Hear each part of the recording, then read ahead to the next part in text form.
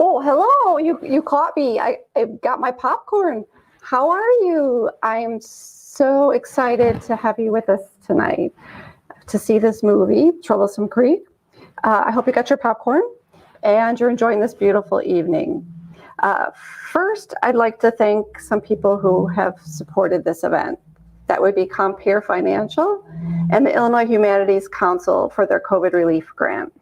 And of course, all of our members and you who put some money in the donation jar tonight, thank you. It's going to help us keep going here. I hope you're well, and I'm glad you're here. So stick around. We're going to show the movie. And at the end, we've got Rhonda McKee and her son Eric, who are going to join us for a conversation and some discussion about the film.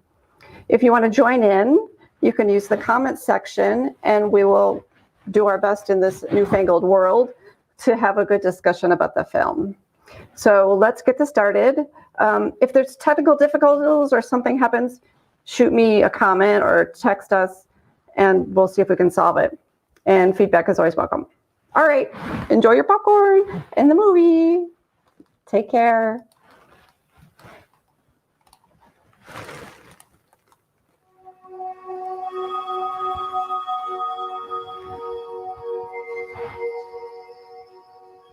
Sunday nights have always given me the creeps. Growing up on a farm, an extra layer of bleakness seemed to settle in when the sun went down.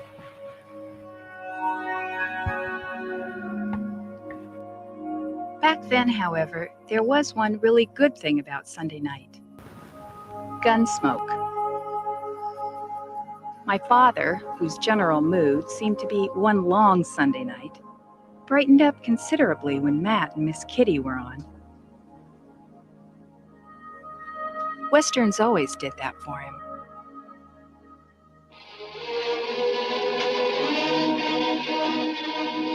Got a friend of yours here, Hatton.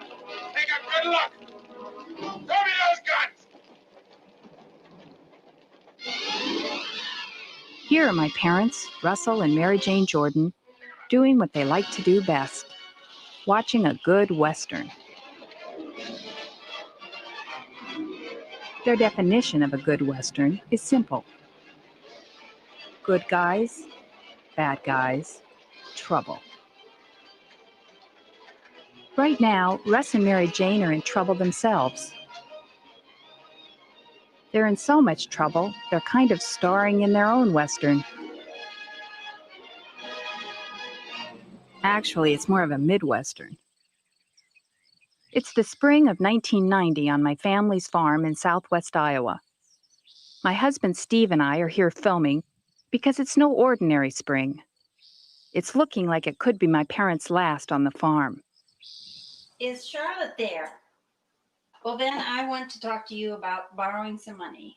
Shall I will tell you what we need. And farm plan, that's Vega implement, $570.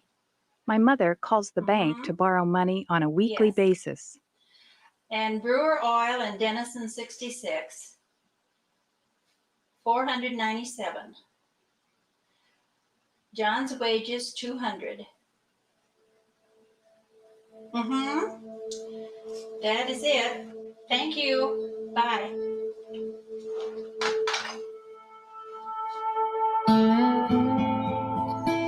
The creek that runs behind our farm is called Troublesome Creek because it twists and turns with no warning. Kind of like my family's story.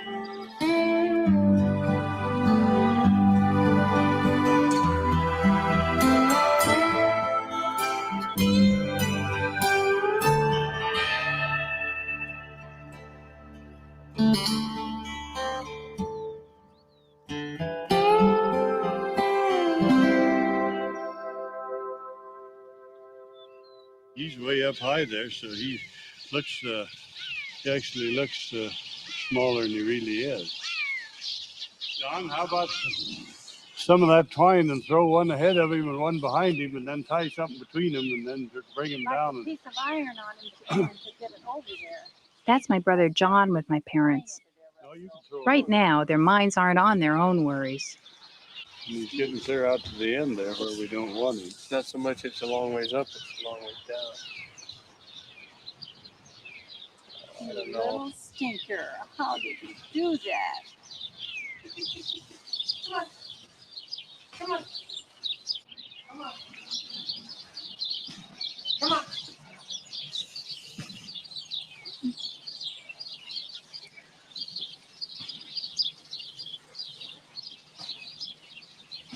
He wants to jump. Come on. While we scrambled to catch the moment, John caught the cat. She actually jumped into his arms. So sweet. You okay? This is my family in a nutshell. Incredible luck, incredible timing, and teetering on the brink of disaster. He's okay. Oh, John. Did you see him reaching down? Just, Yeah. you okay?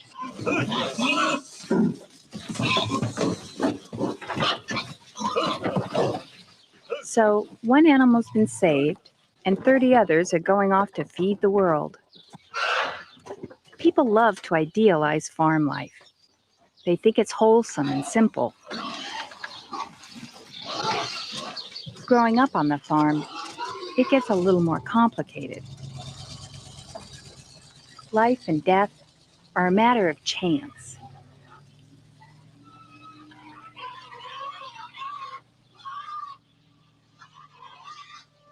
My family's been farming the same land since 1867, when my great-grandparents migrated to southwest Iowa.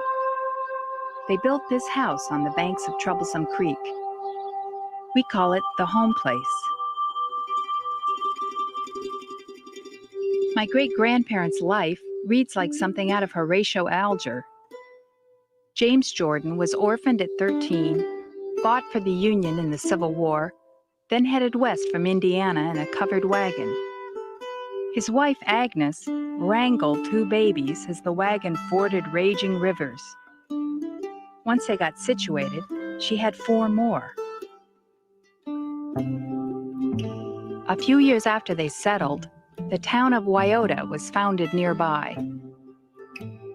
Their son, Warren, seen here riding up Wyoda's Main Street, used to tell us how James was part of a posse that came to the defense of the town in 1883. Wyoda was being terrorized by the Crooked Creek Gang, who claimed to be just like the James Gang, only meaner.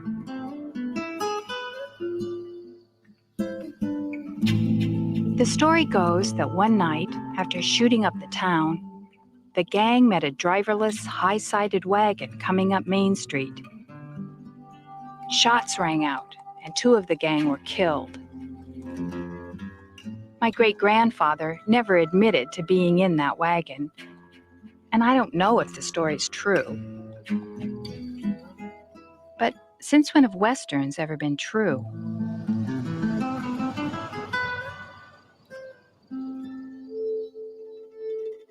Here's my great-grandfather James at 80, my grandfather Warren, 44, and my father Russell, age 4. Russ grew up watching Warren nurse the farm through the Dust Bowl and the Depression. He was a scrawny kid, insensitive. He sent away for a Charles Atlas bodybuilding course. In his teens, Russell dropped one of the L's from his name on the advice of his Uncle Charlie, an armchair numerologist who's better known in the family for the 9 years he spent in the front parlor rewriting the Bible in verse. At 21, Russ got up the nerve to ask out the Iowa State 4-H president, Mary Jane King. She was a college girl with more suitors than she knew what to do with, until she met Russ. At 22, they got married and proceeded to raise a family. At one time, 4 of my 5 siblings were farmers. Only my 2 brothers are still hanging on.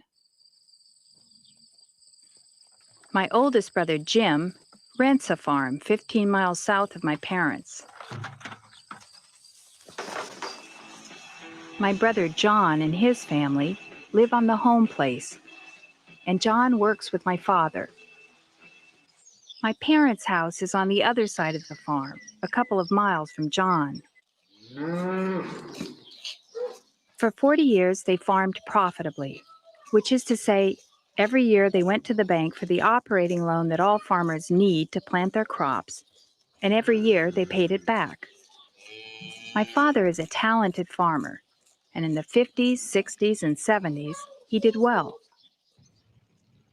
In the 80s, when farmers everywhere were struggling, a multi-state corporation called Norwest bought my parents' bank in Atlantic, Iowa, the largest town near the farm. By the 90s, my family's good reputation and 60-year relationship with the bank didn't seem to count for much.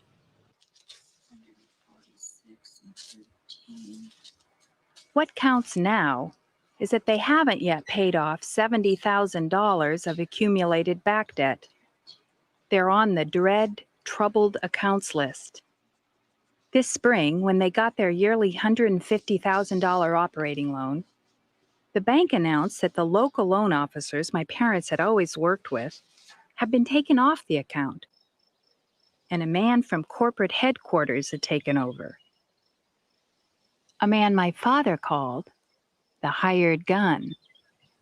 Did I ever tell you the story about the cattle feeder that went into the bank and wanted to borrow money to feed cattle?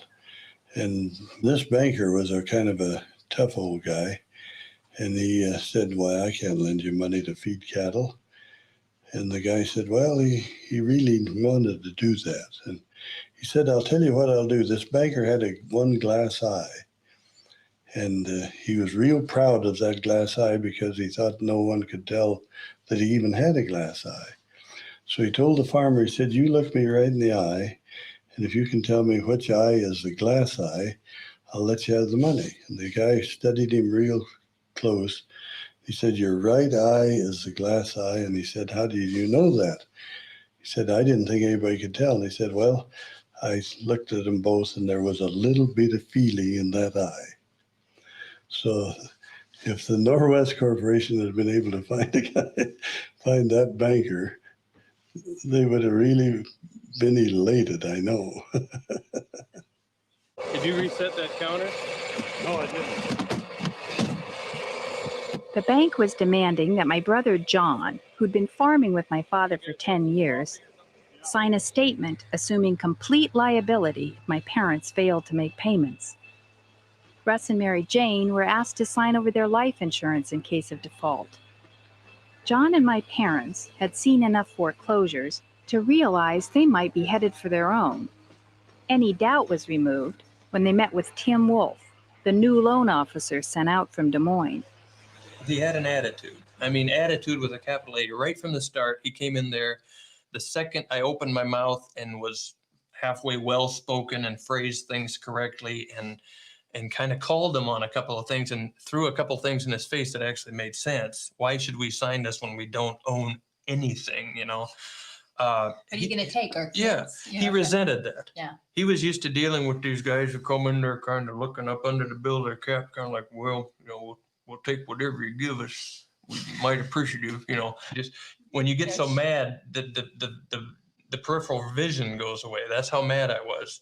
There was nobody but me and Tim Wolf, and I was just, you know, staring down the barrel of a 45. I was, and then I thought I was mad. I controlled myself a little, and then Russ got into that lean back attitude where he'll cross his legs and lean back and get a hold of the handles of the chair and start lecturing from that comfortable, relaxed position. He'll start, you know, and he was just, you know, what are you coming in here like this and talking to us like that? You don't know us, and you dare to come in here and say that John doesn't have any commitment to this place. And, you know, we don't need to talk to you. We don't need to be here. You know, we can leave right now if that's what you'd like. And then Tim, of course, he's tried to push us. So now it's time to pull back a little. He says, well, no, we need to talk. We need to negotiation. It's just negotiating, folks. That's what it's all about. You know, that, you know, I've done this. Trust me. Go with me on this, you know.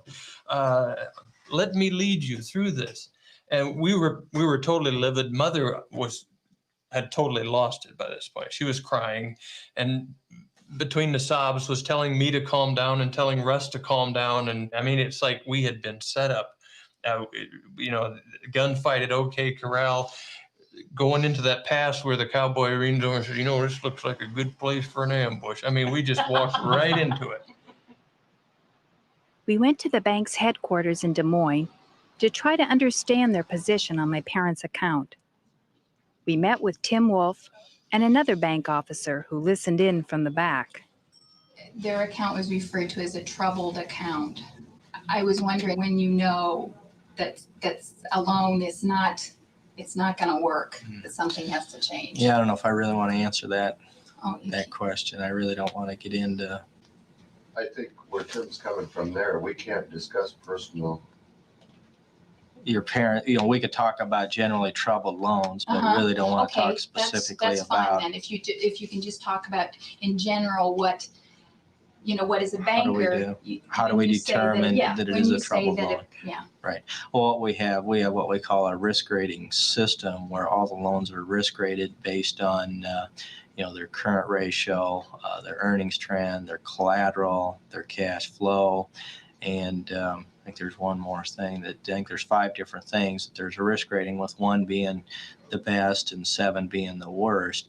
And so based on what their financial performance has been, based on the information that the borrower provides us, based on their financial statement, we analyze what they've been doing financially, and based on that, we develop a risk rating system. So, so obviously, as Tim went into risk ratings and collateral margins, I realized I'd been harboring a naive hope. Probably, and then liquidity in this. Maybe I could convince the folks here at Norwest that my father was a great guy who deserved endless credit for his years of good farming and hard work.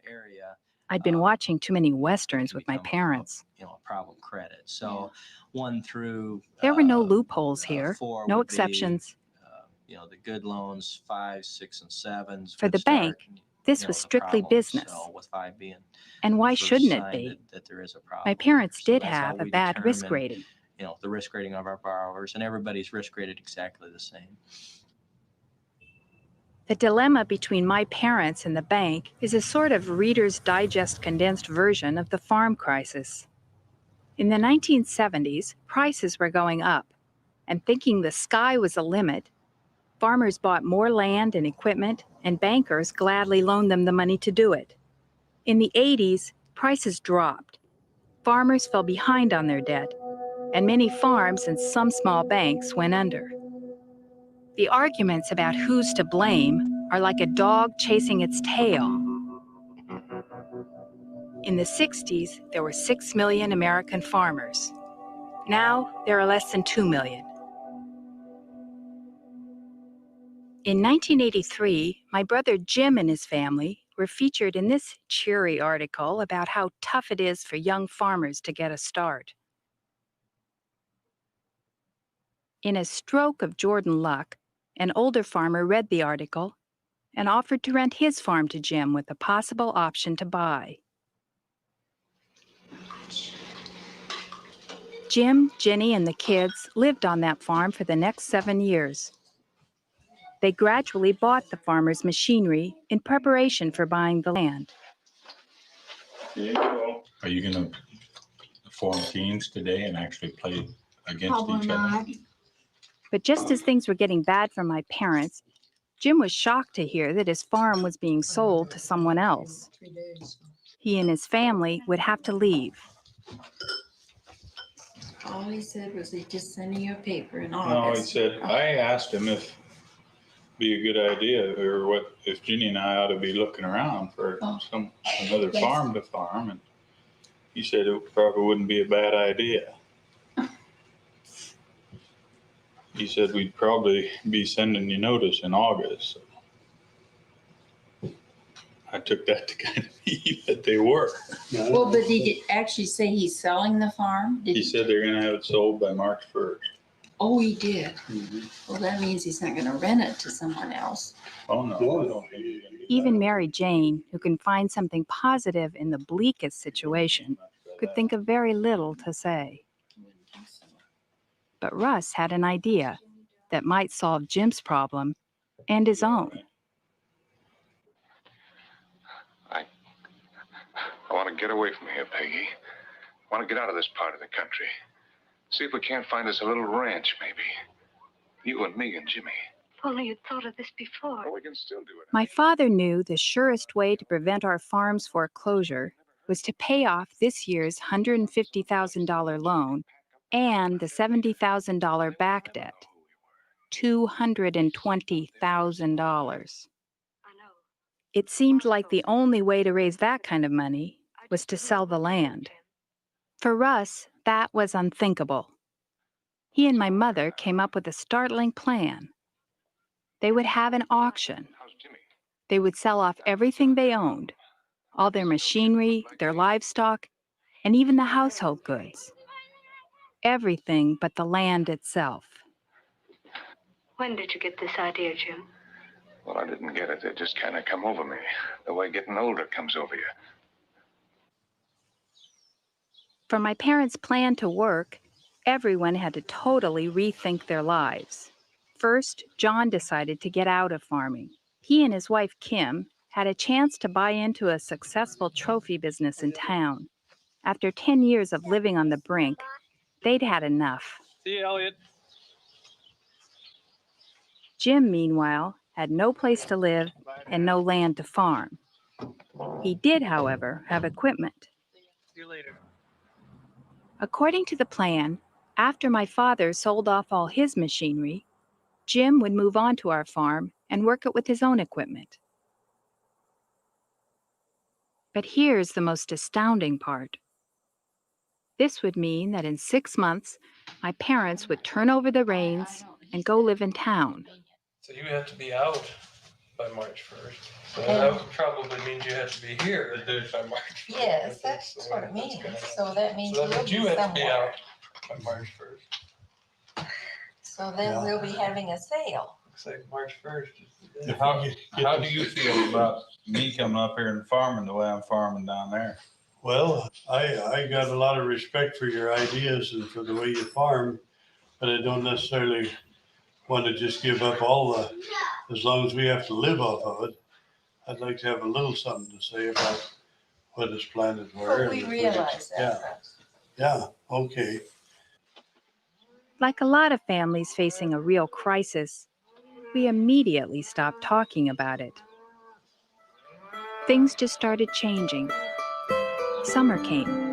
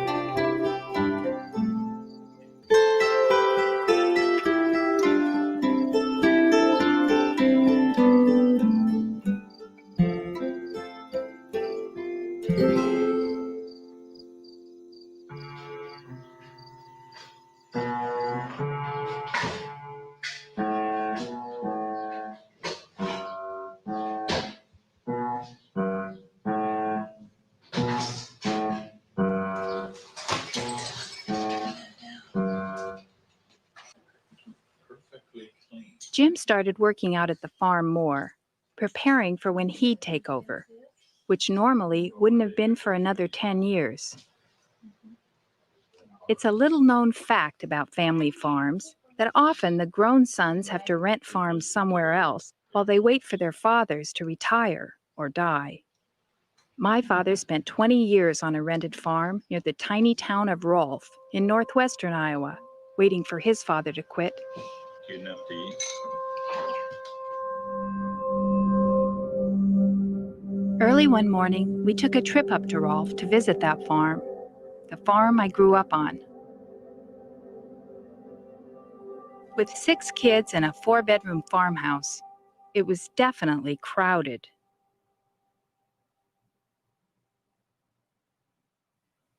Once, when the whole family was in the car, my uncle leaned in the window and said, "Russ, looks like you almost screwed yourself out of a place to sit."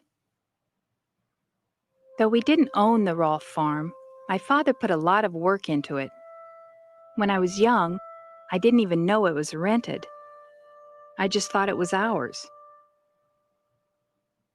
I had the best of both worlds. Older sisters I could copy, and younger brothers I could play olden days with. Here, we're traveling across the frontier. Jim's the pioneer mother, John's the only surviving daughter, and I'm the father, confused here about whether I'm a cowboy or a farmer. Every morning, we'd sit on this mattress and decide what to play. In the background, you can see the white painted fence my father built around the cattle lot. Russ and Mary Jane hadn't seen the farm in 15 years. It's hard to imagine that in 15 years anything could deteriorate quite that much. Yeah. It really is. Well, little clothesline poles are up still. Yeah, those are our clothesline poles. Yeah. Well, this looks really great to me. Oh. I don't know why they don't just go ahead and tear the rest of it down and get rid of it. Just farm it all.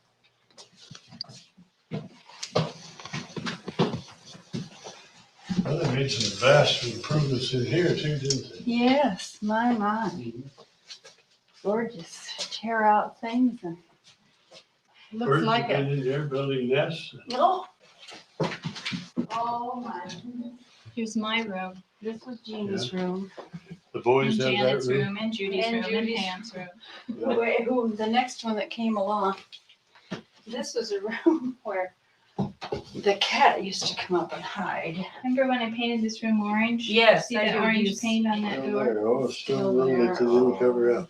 Well, actually, I've enjoyed about all this I can handle. You know, Yes. I've never seen anything that was Went to destructive. pieces, so Destroyed. this wasn't a bad house, actually, because, It was remodeled shortly before we moved in. yeah, it was. Well, the one at the south place was too, a new Yeah. bedroom or bathroom and a new stairway, everything. That banister Daddy built? Yep, Yeah. that's the banister he put in. Little did we know? They'll probably set a match to it one of these times.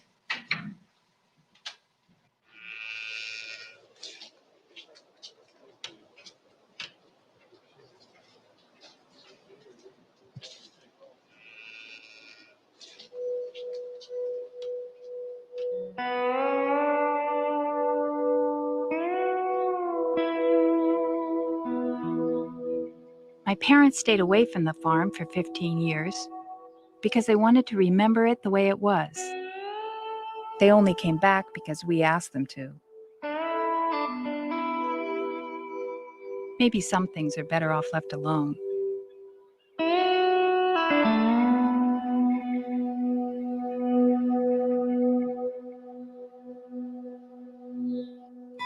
When I was little, the farm was my entire universe.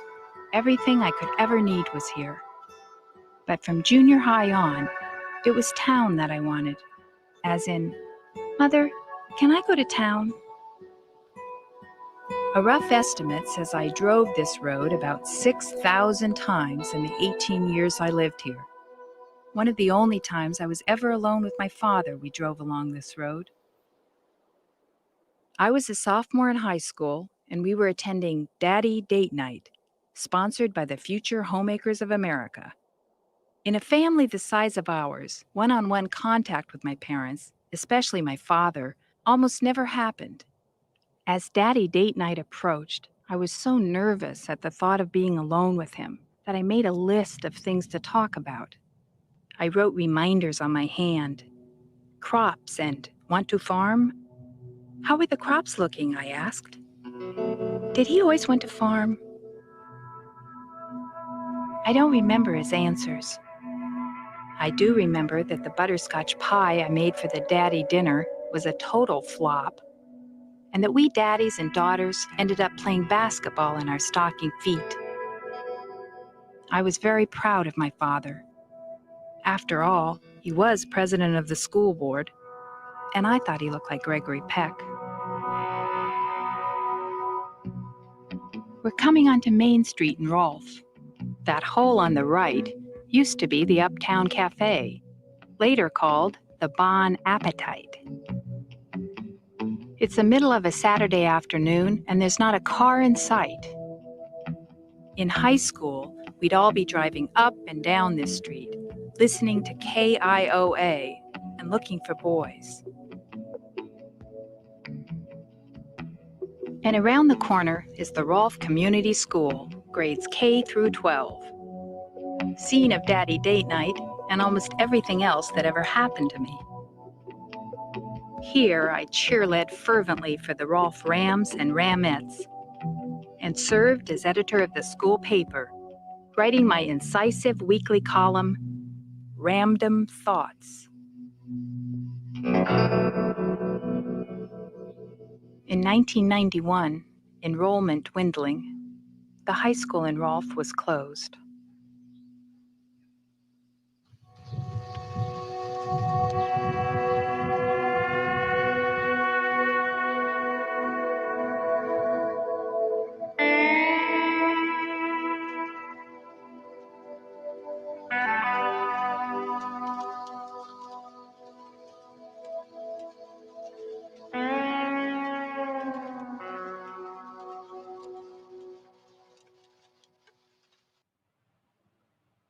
Every autumn, I think of this picture. It's my father on the corn picker, a piece of equipment notorious for dismembering farmers.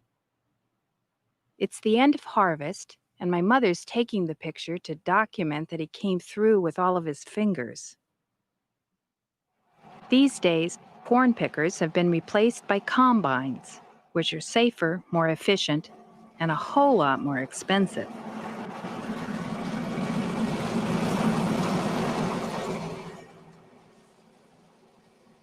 Harvest time is always full of pressure, but this fall, my parents had to raise $220,000.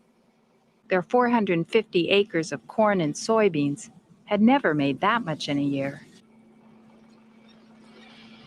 A lot of people think that when farms fail, they somehow get bought up by huge corporations. Usually, a wealthy neighbor buys the land. Often, the original family then leaves. The nearby towns with their schools and stores shrink, but the land goes on being farmed.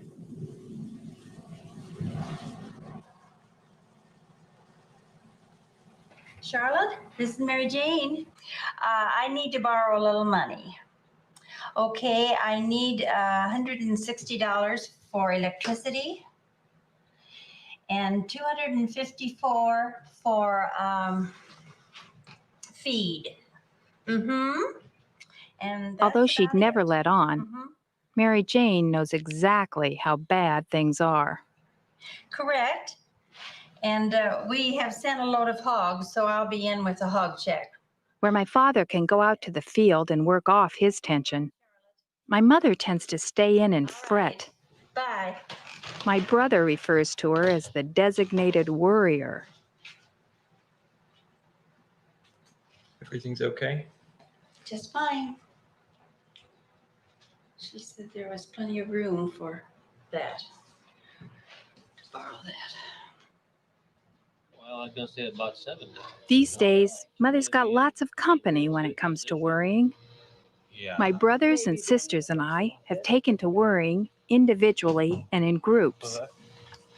that's the injustice of the whole situation. I mean, the bank is butting into their life, making their life miserable on their own criteria. This used to be a family of farmers. More and more, it's a family of ex-farmers. There was no way they were going My sister Judy and her husband Joe sold their farm after years of losing money. selling. We were on the list. My sister Pam and her husband Jiggs were foreclosed in 1988. And the thing is, what they've been going through for the last 2 years. I mean, Mother going with furrowed brow into the bank week after week after week, salvaging the whole operation just kind of by a shoestring. This is supposed to be over. The politicians and the bureaucrats have all decided that the farm crisis is over. Well, it isn't over. They've just got a Band-Aid over it.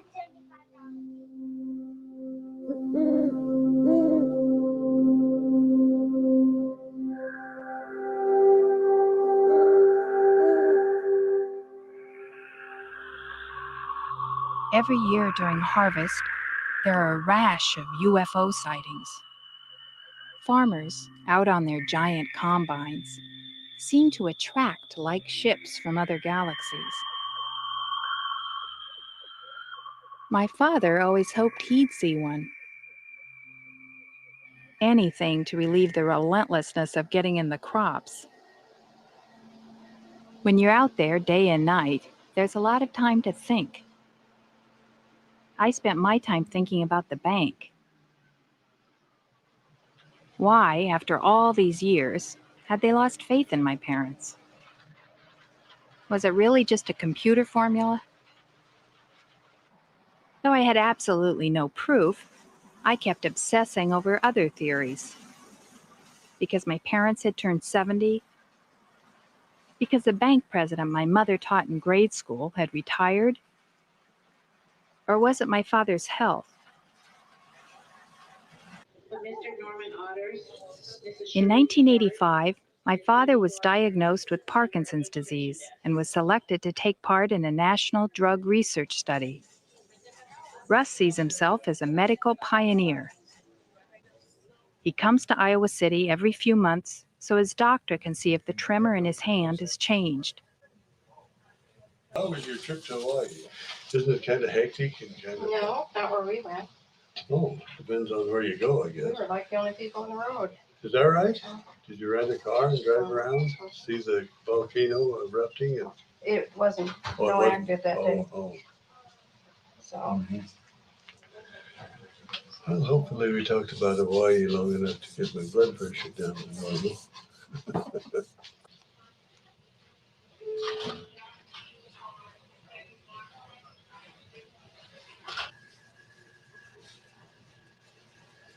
Okay. I think I'd be better off I didn't look at it. Why? Oh, I didn't realize I was getting old. I thought everyone else was getting old and I was escaping it. Thanks to his treatment, Russ has had remarkably little deterioration. But I kept gnawing away at the idea that my father's Parkinson's had been the last straw for the bank.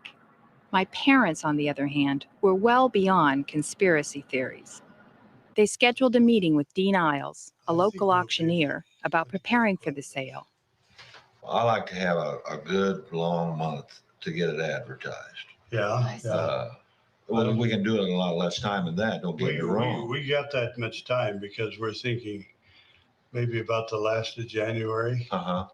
I'm gonna need a little time because I got a lot of stuff to gather up. Yeah, fellow wants to get it kind of shook loose before it freezes down. Yes, that's right.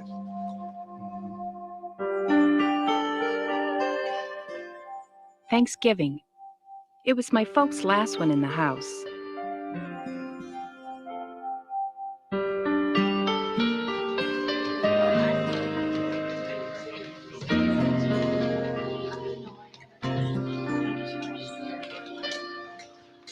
Let's bow our heads. Our Father, bless this food to its intended use. Watch over us and guide us at all times. For Christ's sake, amen. Another kid's late. The chaos isn't helped by the fact that almost everyone here has a name that starts with the letter J. I'm Jeannie. There's Judy, Janet, Ginny, and Jim. Then there's John, Joe, Jan, Jiggs, Jenny, Jenna, James, Jesse, and Justin, to name just a few.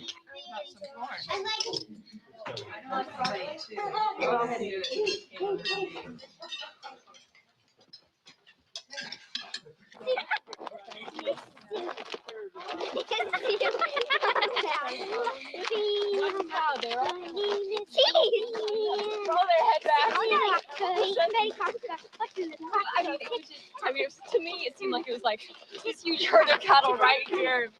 There's a way that growing up on a farm is like growing up on an island. Civilization feels so far away that your family becomes your world.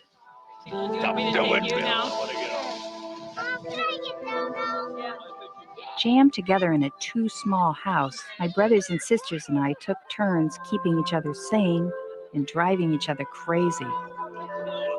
We were in each other's faces for so many years that their faces seemed like mine.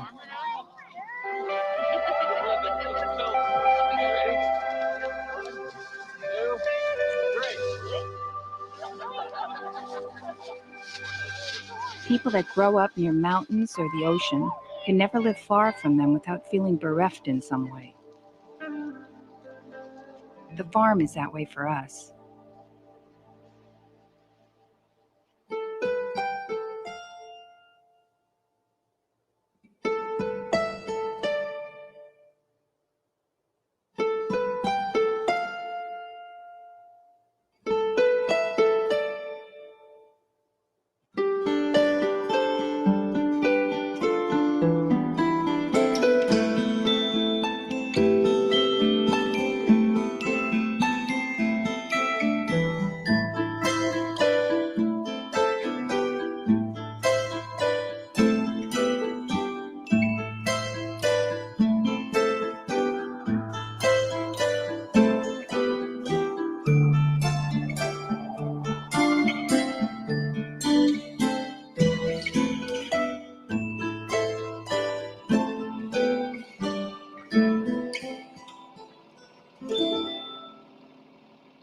When Steve and I arrived in early January, the sale was 10 days away.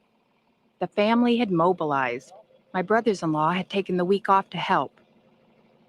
Everything my parents owned, every tractor, chair, book, and memento, had to be sorted and labeled: keep, sell, or throw away. My mother just happens to be the queen of mementos. There's her blue glass collection, her cup and saucer collection, her thimble collection, her bell collection, her collection of all things having to do with President Kennedy, her bird collection, her bird plate collection, her pink depression glass collection, and of course, her spoon collection. We soon realized that our challenge was to convince Mother to put anything in either the sell or throw away piles. What about this? I use that. That is mine. Okay. All right, She's definitely. ready to do battle That here. definitely cannot be given I away. have outgoing incoming here. Not talking at Lord Jarvis. Oh, are you, honey? What about this? For Russ, it was easier. He only collects old tractors, and he was selling almost everything else. Are you guys laying on it or? Sweetie, you've been married 50 years. Well, that I'll be dead when I've been married 50 years.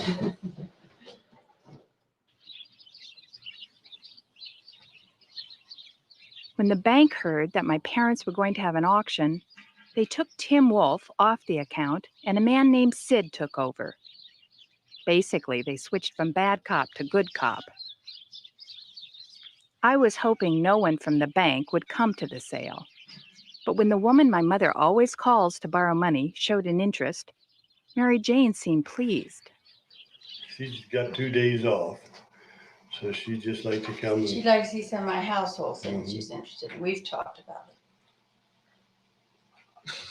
Right away. Well, anybody can come to the sale. Yeah, that doesn't mean anything. I wouldn't even kick Sid off, but I was happy when he said he couldn't come. Charlotte has, it's nothing to do with her job, Russ. Well, she is a bank employee, Well, Mother, I don't and they care. are She's watching you like hawks. hawk, And yeah. the fact that An Sid employee. can't come and that Charlotte She can called up come. and has to have a couple of days. I called her. Oh, and told her to come? No, and was borrowing some money. She asked you if she could come. I said about bringing the hog check in, or cattle check in today, and she said, well, I won't be here. I have a couple of days off. Oh. And would you mind if I'd come to the Now, city? I don't want anyone to be distrustful of Charlotte. No, I'm not. That's Heaven ridiculous. forbid.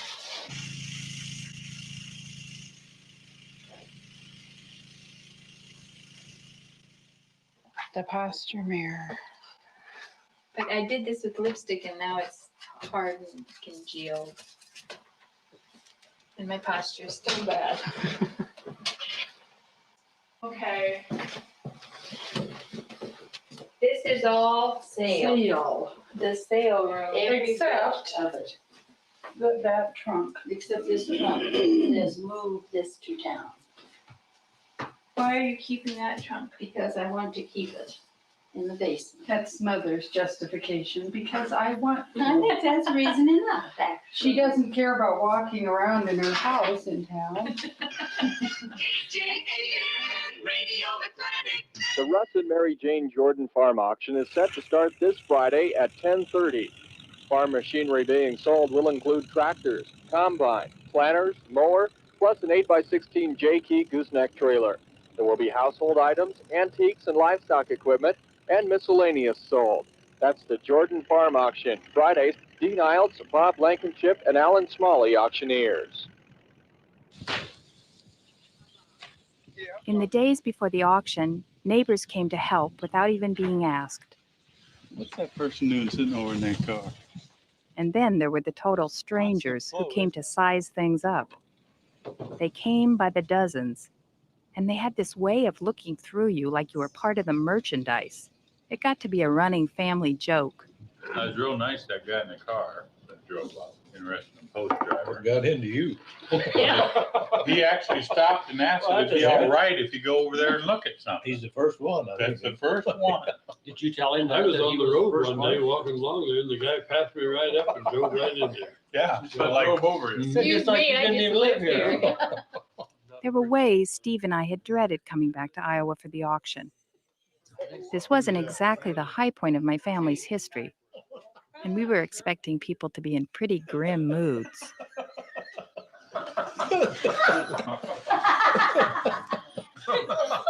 Put it on there, put it. He's holding his teeth. Trying to keep his teeth from flying. He always runs in and out. While he's talking to you. Somebody else? We're gonna have to go out there and ride a herd on this. Oh, It's coming in and There's swarming over. Pickups coming in and cars and All vans. hell is breaking loose.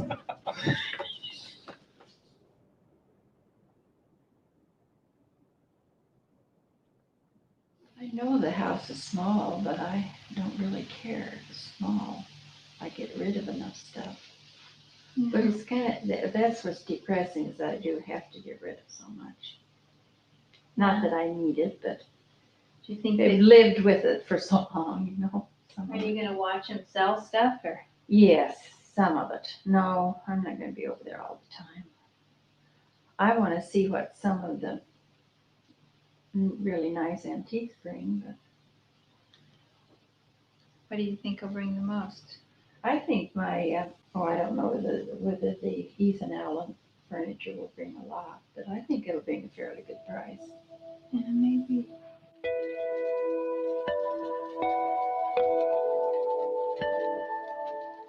Three days before the machinery and household auction, my parents had to sell off their cow herd.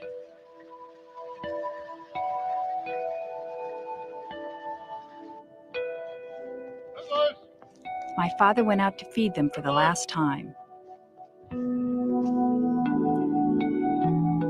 He's had these same cows for almost 10 years.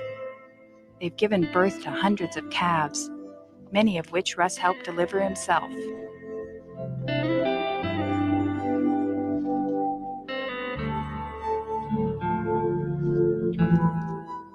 The cows didn't seem in their usual hurry to get to the feed bunk.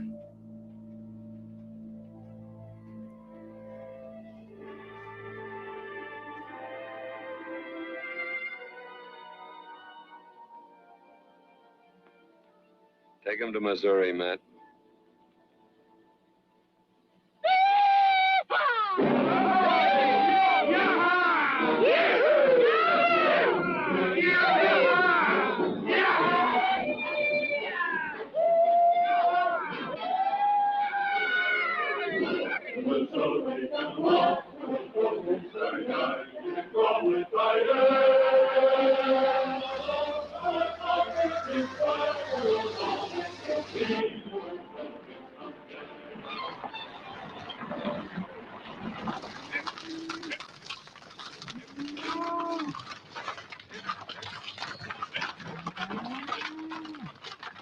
Things were going according to plan until one of the cows decided she didn't want to get on the truck. She liked it just where she was. Ready? Maybe we ought to have that rope on her tail and roll her. Once she accepted the inevitable, the cows were driven to a sale barn in Audubon, Iowa, home of Albert, the world's largest anatomically correct bull.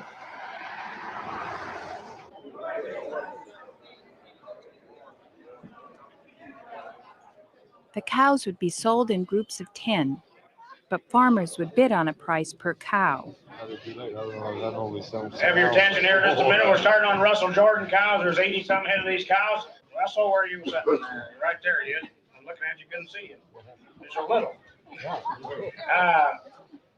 Boys, there's 80-something head of these cows. Russell's selling out. We've got his farm sale down there 3 miles south of the interstate and 2.5 miles east. That'll be Friday at 10:30. There's a lot of antiques, household, and then the usual line of machinery. Got a good line of machinery, tractors, combines, everything. But anyway, Russell's selling out. Otherwise, these cows wouldn't be here. He's selling out, going to move to town, and one of the boys are going to take over farming operation. Doesn't want the cow. All right, here we get here for him. You betcha. Nice set of cows they are. I can eat 90, but 98, 99 here. I can eat 90, 885, and 885, get 5, I'm eating an $8.05. I can eat 85, 89, 99, 90, 95, 595, 895, 895, 895, where I can eat 95, how you doing, pound here, 800, 905, 1 pound under. I can eat 95, 895, 895, 895, 95, 95, 905. Boys, you don't get a chance to buy that good cows every day. Black baldies and 5- and 6-year-old cows. I can eat 95 here. I can eat 95, 895, 895, even 1 pound of 890 here in a pound where I can eat 95, and 1 pound under. You want to do it? 95 and 900 now 5. I 95, 900 here in a 5 where 900 here in a 5. You get 5 pounds of 900 under in a 5. Get 5 to 1 pound. You get 900 under in a 5. You want your 5, 95, 900, 500, 95. You get 5 here all done, boy. 900 here in a 5. You want your 5 under that. So cows, $900. 21, I think that's what we got. Number 14.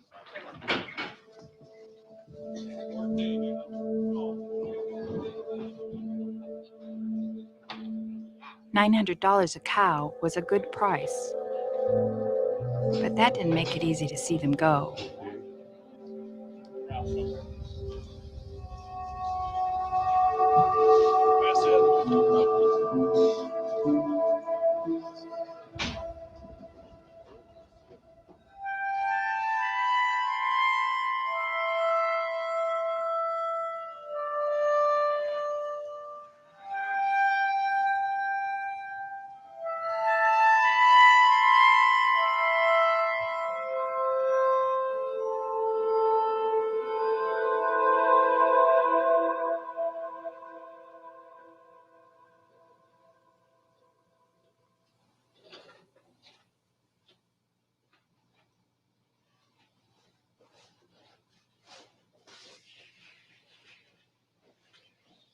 My parents bought their first Ethan Allen furniture in 1963 when we still lived in Rolfe.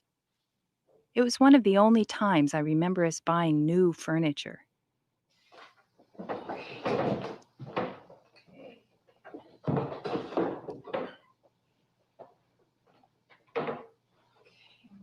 Okay, we should put it on the side probably.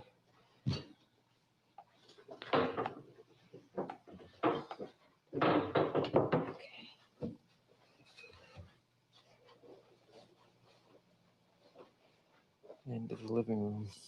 Into the living room. Mhm. Yep.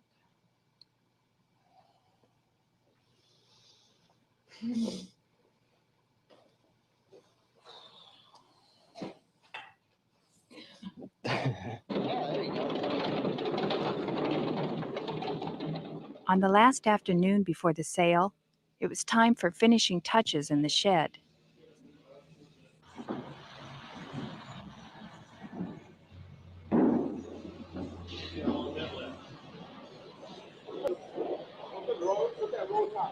Yeah.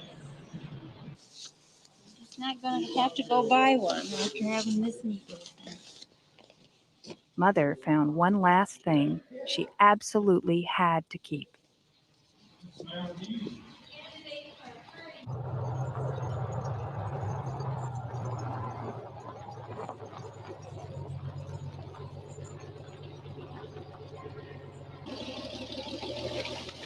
That night, Jim was the last to leave.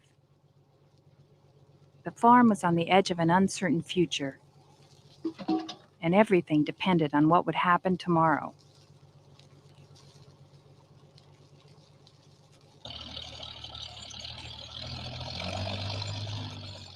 The thing about history is it's usually silent. Enormous changes can be so gradual you hardly notice them. I think we were all afraid we were on the wrong side of history, that the time for a small farm like this had passed.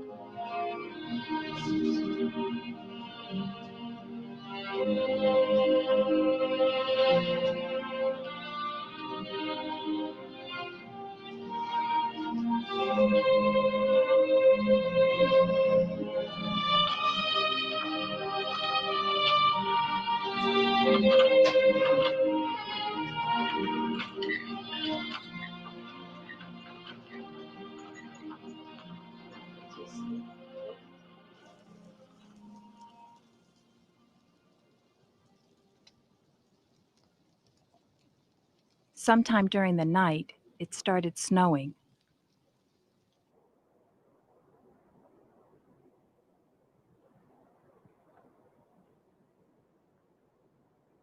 Minutes away from 7 o'clock, and we need to, of course, take a look at our lunch menus on this Friday morning, and we're going to do that at the Atlantic Community Schools. It would be a few hours before we know if anyone would turn out in the bad weather. Cheesy macaroni, apple wedges, blueberry coffee cake, and milk. At the Harlan Community Schools for breakfast this morning, orange juice or apple juice, a choice of cold cereal, toasted with butter and jelly. In Harlan for lunch, ooh, lasagna, yum, and school-made garlic bread.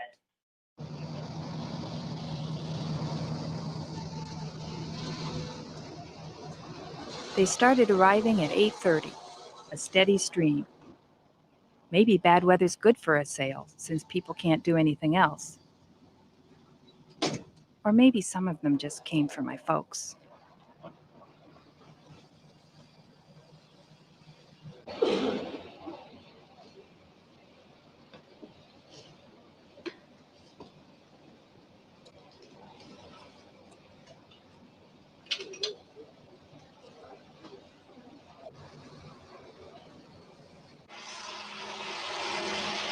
Right before the sale began, my brothers and brothers-in-law paraded the tractors out to the field.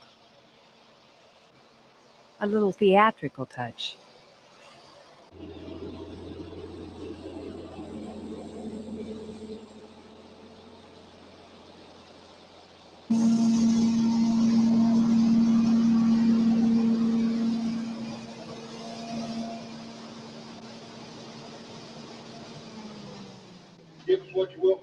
guys, and we'll thank you kindly in advance for your attendance. Russ and Mary Jeanne told me now, be sure and thank the people for coming out. It's a little bit chilly, but by golly, they're glad to have each and every one of you here today. They've been good neighbors and good friends for this community for a long time. And I'll tell you what, the community sure benefited by their presence. That's for darn sure. Had a nice family, by golly. We're going to start right here at the shed. We'll sell this merchandise in the shed.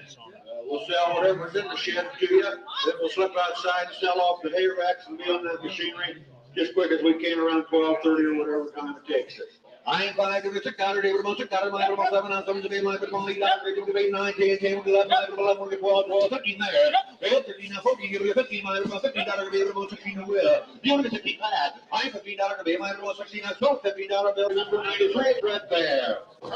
I'm a 2 and I'm a 5 here, 7.5 there, $6 well. It's 16 on 7 to be my little 8, 9, 9 to be my little 9, 8, 10, 10, they do that my little 11 now. Bob here, not 12. I'm a 12 with 15, I'm a 15 now, $14, $15 now, $15 now, 16. It's 16 now, 17 now, we get 18, we get 18, we get 19, we get 19. I'm sold it to you, 32 for $18 bill, 32. Bob, I'm going to move up and get a little closer to my work. That's what I do. In the blur of the beginning of the sale, Marge Harold appeared.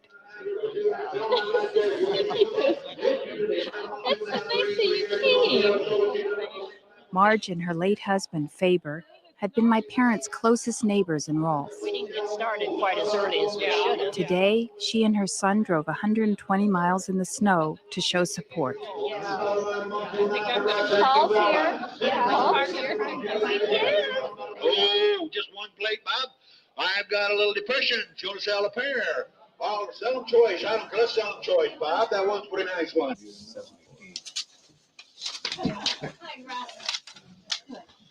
How you doing? Oh, I'm doing Fine, so far. it's wearing out though. It's gonna be my lucky day. And your telephone number. 1471. How many chairs do we have with this set? It was time to sell the dining room table. Okay, and a nice. Mother's beloved Ethan Allen. It's got 2 leaves in it. They pull out and it's. You Hold bet. Hold out. Yes. Puts a lot of kids around there, doesn't Oh, it? my goodness sakes, a nice kind. Who'll give $200 for it? I'm going to give $200. Here's a table and You bet. All right, I'll get $200 for it. I'm $200 for $50, 75. I have $50 more, 75, and nobody is 75, nobody is 75, nobody is 75, nobody is 75, who gives 60? I have $50 now, $60 more, 60, nobody gives $60 more, 60, nobody gives $60 more, 60, nobody gets $50, $60 more, 60, nobody gets 60 for it.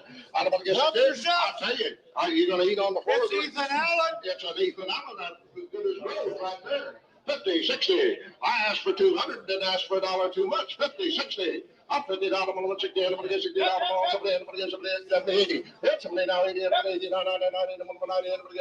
90, just cheaper than the room. At $90 more, I'm selling a chair at a time. I think we've got more. It's an Ethan Allen. It's an Ethan Allen. I swear to goodness, 100, 110.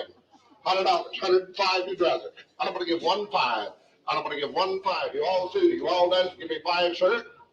And I have sold it at number 4. Bob, here's a couple tablecloths. Couple nice tablecloths.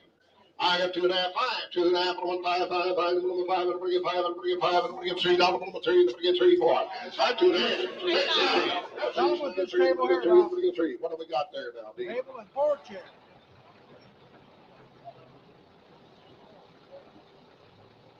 $100, y'all out on 7,500. I'm 75 here and 100. But you want to give $100 and 75, 85. Let's go, 85, 85.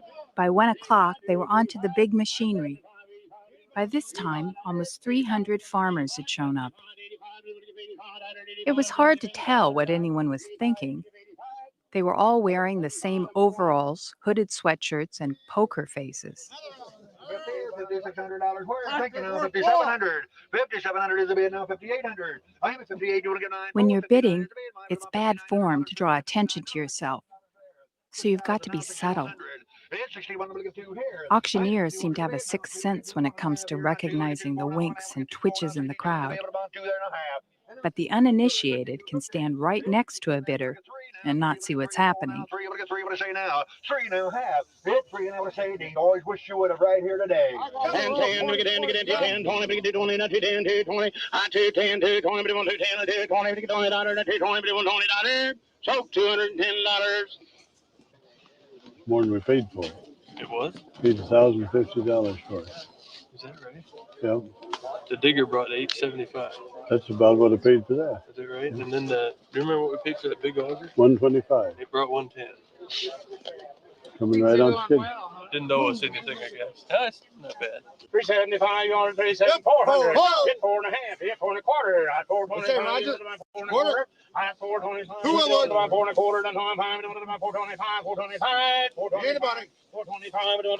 4.25. You got a good bargain on it. Russ spent a lot of time functioning as a kind of goodwill ambassador, selling people on a machine's good points even after they'd bought it. Get to feel a little bad about it while I go to John Deere and look up what the price is on a new one. He seemed to want to reassure everyone that he was okay. Works good. We had 4 flat racks. My boy would load them. I'd drive the tractor and we'd go out and load all those full, get about 400 bales on them. Then next morning, while it was cool, we'd put them in the barn. I'm the driver and he's the loader. That's the way to do it. As long as you can be the driver, you're not in bad shape. At the other end of the sensitivity spectrum, a couple of guys started blowtorching a plow into scrap metal on the spot. If there's a book on auction etiquette, I'm sure this is a don't. The last piece to be sold was the combine. We all worried that it wouldn't start in the cold. Brand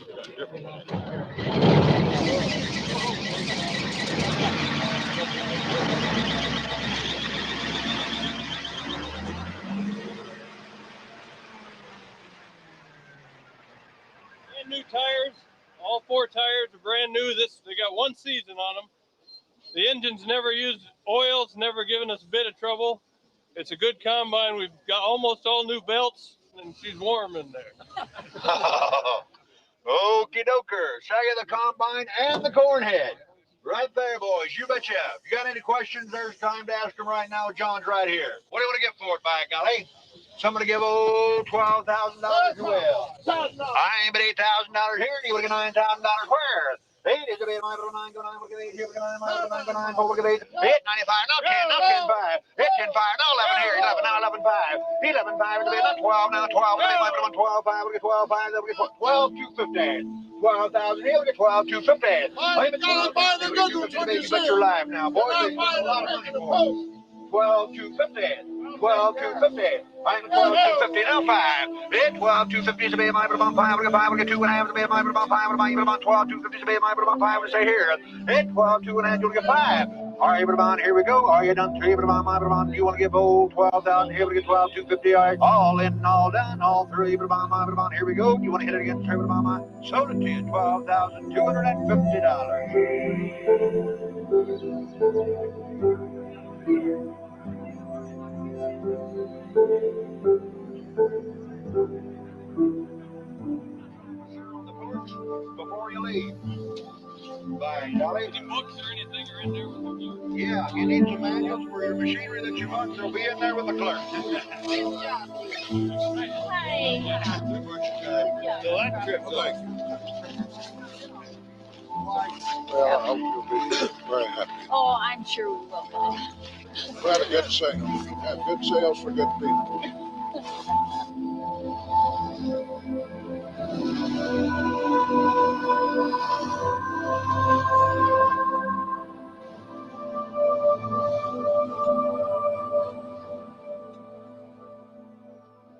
Russell, want to thank you, sir. Thank you, Dean. Thank you. Good luck in your endeavors. Oh, my endeavors are getting less. Oh, I don't believe that at all. No, I'm not going to pass on yet. I know you're not.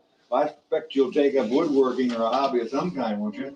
Oh, I got that old shed full of old John Deeres, you know. I don't know if you saw those. Yeah. I'm going to work on them. Good deal. Yeah, we'll keep you occupied. Not tomorrow or the next I time, don't. but sometime soon, yeah. Well, we'll get out of your hair and thank you kindly. Okay, and thank you for your efforts. You betcha. You guys did a good job. We merchandised it anyway. Yeah, you bet. You bet. I thought you had a pretty good sale, I think After all the months of planning, the moment of truth had come. When everything was tallied, the machinery and household goods brought $82,000. With the $140,000 from the livestock and another $80,000 from the grain, my parents had raised about $300,000, more than enough to pay off the debt. It was time to call the bank in Des Moines. Well, our sale went good. I got two figures. One of them was 88 and one was 86.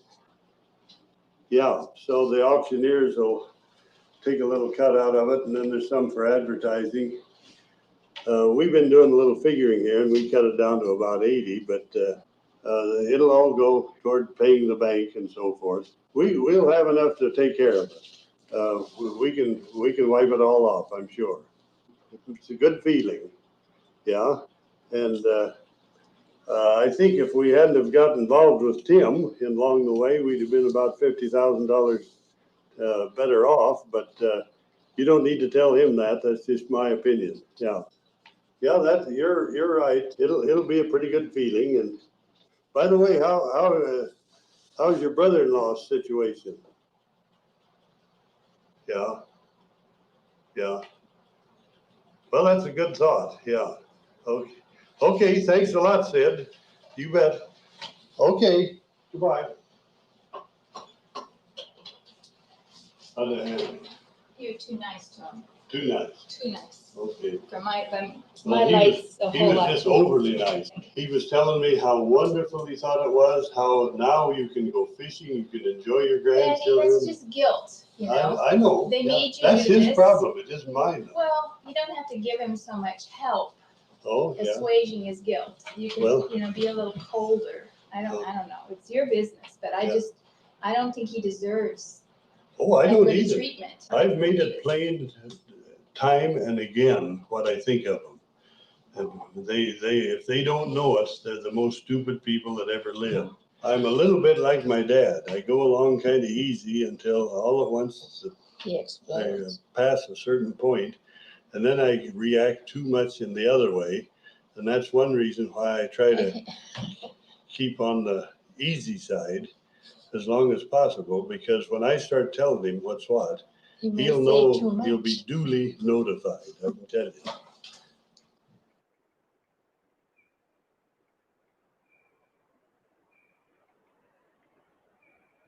Ever since I moved away from Iowa, trips back are bittersweet.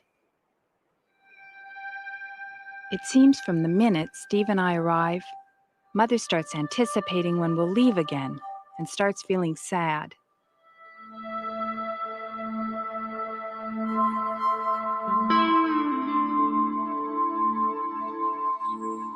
Think there's any chance of you coming? There's no chance of you coming to Boston before we come home, I don't suppose. When I'm homesick, I always comfort myself knowing that I can predict exactly what my parents are doing, since their routine is always the same. This time, everything would be different when we returned. Mother and I have to get going. Thank you.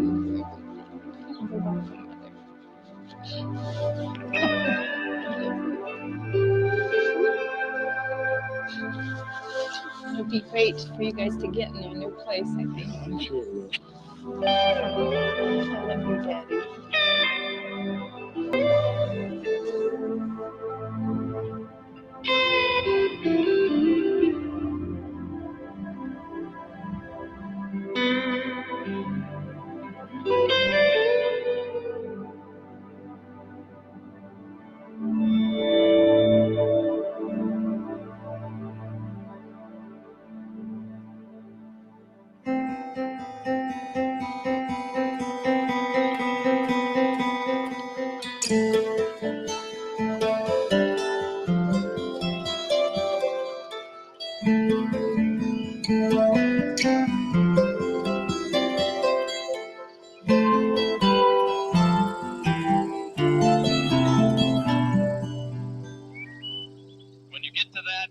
We came back in time for my brother John's annual triathlon.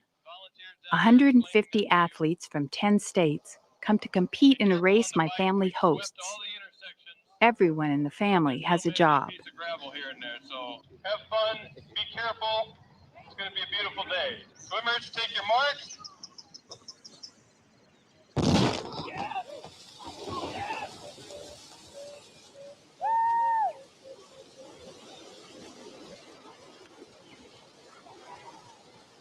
Some people think it's a little bizarre that we have a triathlon in the family.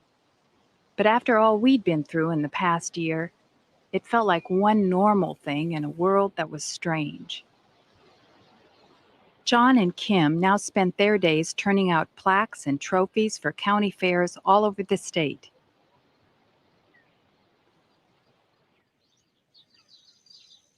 Jim, Ginny, and the kids had settled in on the farm. They had torn down walls, repainted, and put down carpet. Oh my gosh. Oh gosh. Wow. See, this is amazing. It's not the same It's house. like a is it? different It house. isn't. It is a completely different house. Oh, you'll be amazed at this one. Oh yeah, I've never seen this room. Wow. Oh, amazing. Unbelievable. This is wonderful. Isn't it cute? Oh, it really is. You know, I've never seen this as an actual room. It was always a storeroom when Grandma was here. Well, it This is suits kind of- Jesse just fine.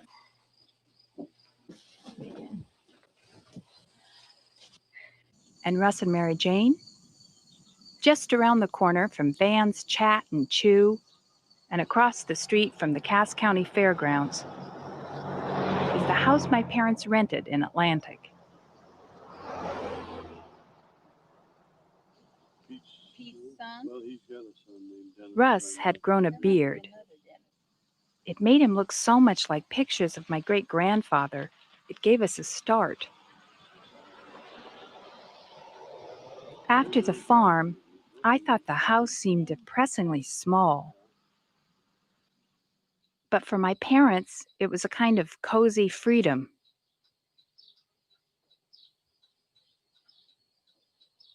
They were traveling light.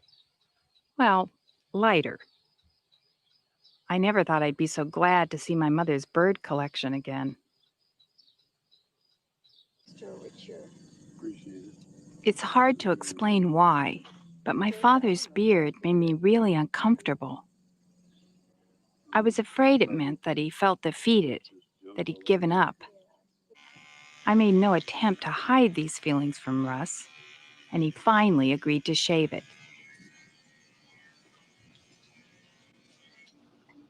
I was relieved to see the face I'd always known.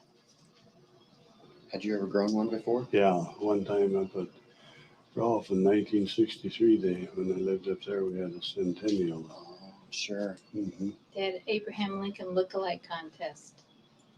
And Unbelievably enough, Daddy didn't win.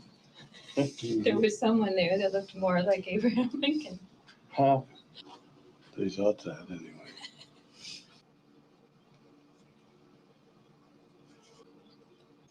It's easy to get so long. If I let them grow, they get so they actually get into my eyes.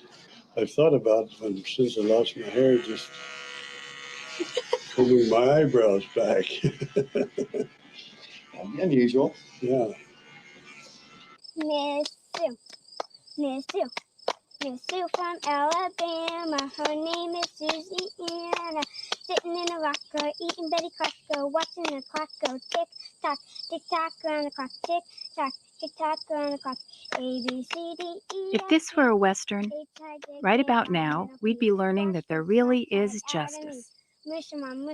We'd see the young family settling in for a life of hard work and rich rewards. But this is a Midwestern. Jim didn't have the bank debt my father had, but he still had bad weather and low prices to contend with. If it wasn't for Ginny's income here, it would be absolutely impossible. It's a stressful sort of lifestyle, really. Yeah. People romanticize about it and think you're out here on your own, making your own decisions. Well, the thing is, the decisions you're making are which bill to pay. You know? I thought the spring was hard on you, harder than you've ever had it. Next summer we'll sit around. Yes. See where we are then. Let's hope we have the brains to. No, if too many summers go by and we have these kind of discussions, that we will be having a completely different Don't kind of worry about discussion. that. Yeah. I'm going to be going to read the handwriting on the wall. Every day, Russ drives out from town to help Jim run the farm. In one of life's great ironies, my father has become the family optimist. He's always ready to cheer Jim up and cheer him on. It's a tribute to aging, because Russ came to the idea of optimism late in life. The Russ I knew growing up could give a Bergman film a run for its money in the moody darkness department. But now he'd turned the farm over to Jim with an ease that could never have been predicted.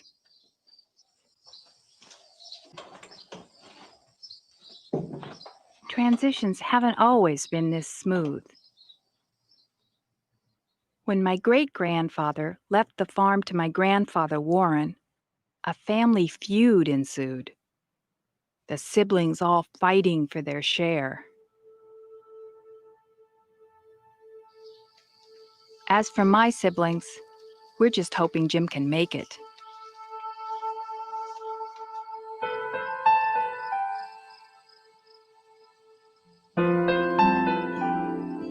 When I was my niece Grace's age, I used to call myself a dull normal because I thought I was growing up in the most mundane way possible. These days, it's looking downright exotic.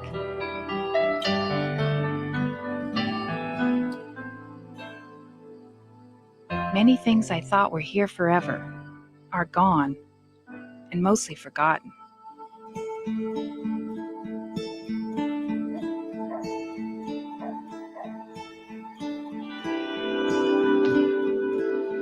Nearly every time I go home, my parents and I make the trip to the Wyoda Cemetery, where many generations of my family are buried, and where my parents will someday be buried.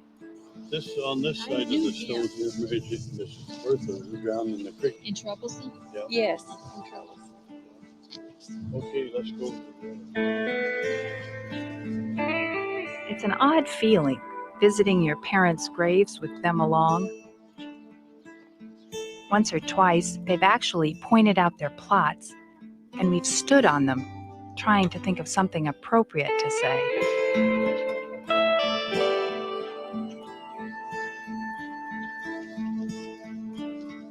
Usually we just wander from stone to stone, and they tell me family stories I've heard 100 times before. Because George made his own tombstone before he died. He made those tombstones. I feel like I have to memorize them standing here telling me this.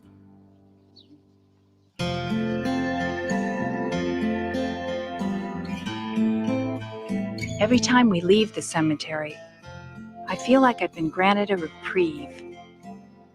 I've escaped that future sadness and longing I'll feel for today when we left together.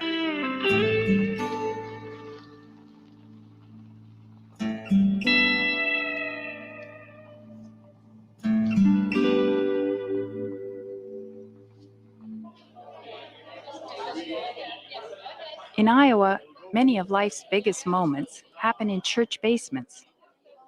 Graduation parties, baby showers, wedding receptions. On an August afternoon, we threw my parents a 50th wedding anniversary party in the basement of the Anita Methodist Church.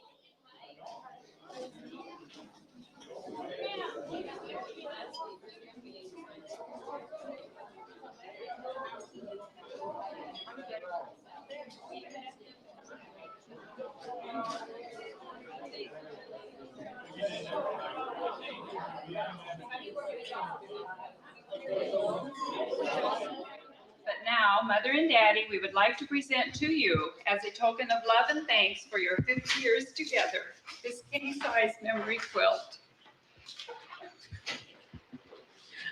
We made my parents a quilt. everyone in the family made a square commemorating their life together. Beautiful.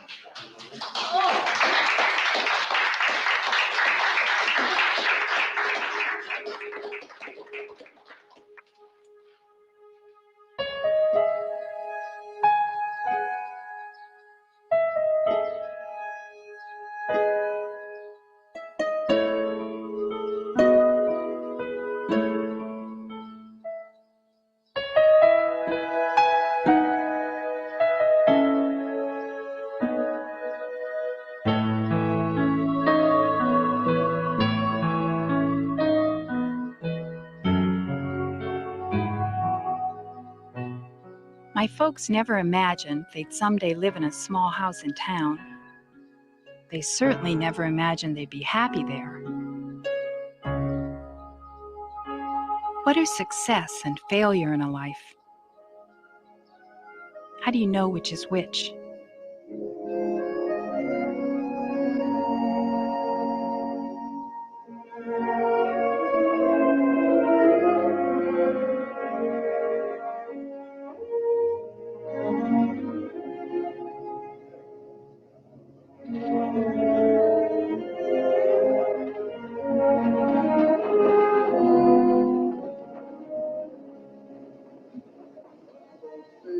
Oh, my darling, you made that promise when we wed. Do not forsake me, oh, my darling. Oh, you.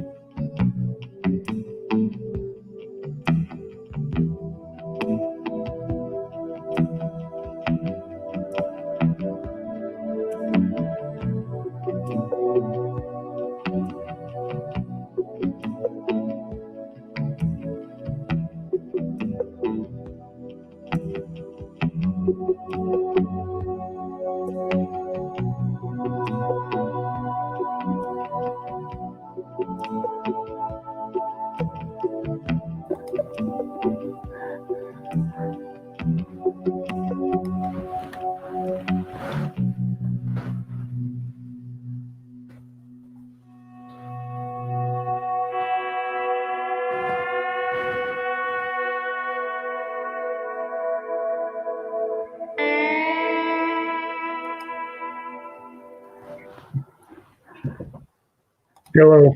Hi, Eric. Good. You? How are you? I am good. I enjoyed that film.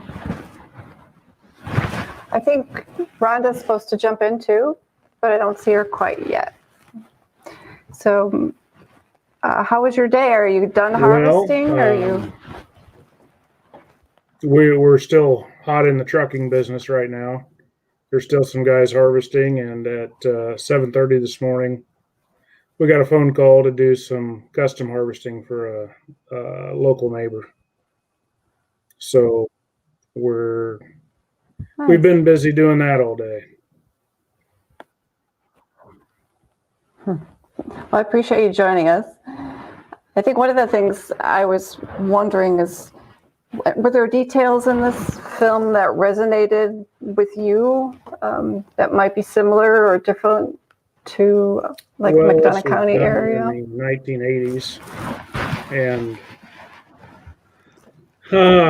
I mean, I was a teenager in that most of that time period and remember quite a bit of it. There were some portions of it that do linger on now for different reasons. The banking industry at this point with farmers resonated with me this past spring with things that happened with COVID-19 and the PPP loans. Our loan officers at different banks we work with were all heavily focused upon that rather than on our business. And they pointed us in other directions, pretty much saying, we don't have time for you. And that was hard to swallow.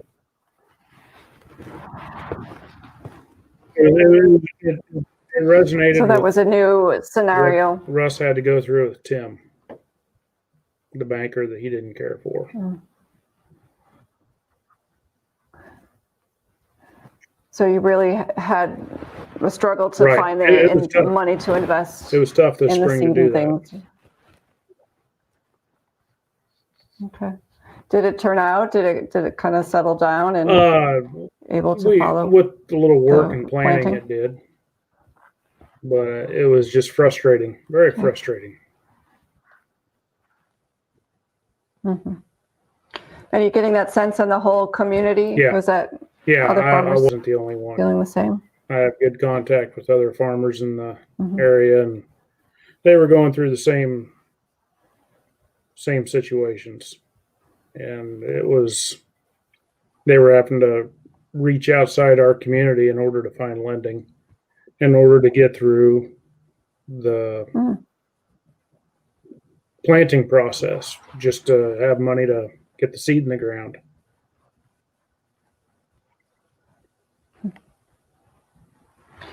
And do you anticipate this staying the same, or you think that there's something No, I that's think been it's going to learned stay the same right about now. this I do. for a while? I do. I predict another 18 to 24 months of the banking industry being on lockdown like they are, and we're just going to have to adjust and get through it. It's going to take a toll. Or Right. creative It's going to take a plans, toll right? on Like, some of the other farmers who may not be financially stable enough to get through this are going to end up, having foreclosures or being told to have an auction like what you saw. The difference here is the auction won't be live like what you just saw where we had people coming out. The auctions now are mainly online. There are some auction firms that still do have a in-person live auction, but we do some business with Sullivan Auctioneers over in Hamilton, and their auctions are exclusively online only.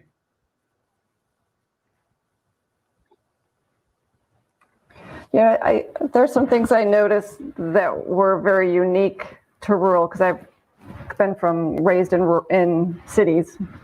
So like the church basements, the quilts, those kinds of auctions, those experiences are very much a part of this area. But I think it builds a fiber, right? You kind of see that at those events, that the community is sort of bonded by those activities. Are you getting that going on now with COVID as well? Well, on the auction front, you're not seeing that. Now, the auctions would be where neighbors would get together. You would see people you've known from maybe a couple towns away that you haven't seen for a while, and you'd see them at the auction, and you'd be able to have that conversation with them. But you don't have that now. We don't have the dinners in the church basements. You're just not. You're not allowed to do that, and it takes away from the community. I think it divides us. Yeah, I think we're all struggling with that connection, that need for connection. Yeah. You come from a multi-generation family of farmers. So is that helpful? Is that you kind of all come together, and maybe why did you decide to continue in the family business, so to speak? We were born into it. We love it. That's why we do it. Yeah, right. I think I told you in the tractor this spring, we're just too dumb to find anything else to do. Yeah. Yeah, let's see if I can find it. I think I have a photo of that somewhere. There you go. Here it is. There, I just covered you over. Yeah. That was planting some corn, on the right? 22nd of April on a Wednesday afternoon. There you go. Did you get a good yield? I think it went around 210 on that farm. We lacked some nitrogen this year. Looking back, we probably should have side dressed that farm with some nitrogen later throughout the season. But overall, it was a very refreshing harvest this year compared to last year and the year before. So last year on Halloween Eve and on Halloween, we had significant snows, and our high on Halloween last year was 12 degrees. And we had semi trucks with the diesel fuel gelling up because we didn't have the winter blend at that time. And today I wore shorts. That's how we get our weather averages, right? You got your highs and your lows, and somewhere in between is your average. One thing I thought about this movie was to watch how Russ shifted from kind of being in charge to like supporting his son. And I know you come from a Centennial Farm family. Are you seeing some of that going on in your family? And actually, myself and our youngest son, I'm kind of in that role of Russ right in the early stages of Russ. I know I'm only 50. You're too young. I'm only 50, but tonight I was running the grain cart, running along beside the combine, and Cody, our youngest son, has been running the combine a lot this fall, and he's very good at it. He is he can run any piece of machinery that we have, and that is pretty satisfying for me to know that we can count on him to do all these different functions on the farm. Anywhere from semi trucks to combines to planters to sprayers. He has a significant hand in the cattle business as well, and it is very satisfying for me to see that. And I was thinking about that this evening as I'm sitting there in the tractor running beside him in the grain cart while he's combining, and he's making adjustments on the go, and he's learning as we go. Boy, when I was 19, did I know everything? Heavens no. Yeah. Look who I found. I found it. Yeah. Speaking of another generation, right away we were just talking about Cody and how much he's been involved. More involved all the time. I heard he was out in the combine this afternoon. Yes, he has been. Yes. Yeah. Oops. Trying to figure out these layouts here. Sorry. So are there other people listening in on this? Oh, we have, I think, about 8 people on with us. So, hi, people. So we were just talking about hi, Greg. We were just talking about generations and how Russell in the movie kind of shifted his role after they sold and passed on the land. I was asking Eric if that was happening in his world. I was really What do you seeing on think? Cody right now at this point. I kind of put myself in Russell's position where he's, I was running the grain cart tonight alongside the combine, and Cody, he's ran the machine quite a bit this fall, a lot. Yes, he has. So anyway, He's been very involved, along with his schoolwork, trying to balance both things. Is he getting a master's or? yeah, he's in getting a ag, or master's, all right. What's he studying? No, he's not quite a sophomore in college yet. He's only 19 years old. Yeah. Oh my gosh. Yeah. That practical grow up in the farm thing, right? Totally different than. I was going to say, he's running that combine. Right. Well, yeah, I guess he did know what he's doing, but just like he's always done it. Hands-on education, anyway. No, the movie was very interesting. Good stuff. Really, it depicted agriculture very well, I thought. Although around here, Anything we're else? fortunate to still have more local banking situations. Yeah. In my mind, anyway. What do you think, Eric? No. I went through that with Sue a little bit ago. With things that happened this spring and trying to were you guys on this video chat before? No. You didn't hear me before then. No, I didn't. No, it's been very frustrating trying to deal with local lending. They've been heavily focused on PPPs throughout the spring, and with the PPPs, they get I'm not going to get into it a whole lot, but they get basis credit from the United States government, and it puts us on the back burner.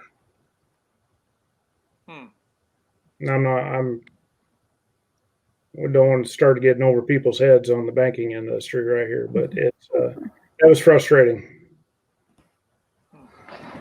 Yeah, everything's on its head. I think there's lots of needs and trying to figure things out, but it still makes it hard for everyone. Mm-hmm. We were also kind of talking about some of those traditions that were really obvious in the movie, and some parallels here, and kind of help bind the community together. And it's just something that's very distinct, I think.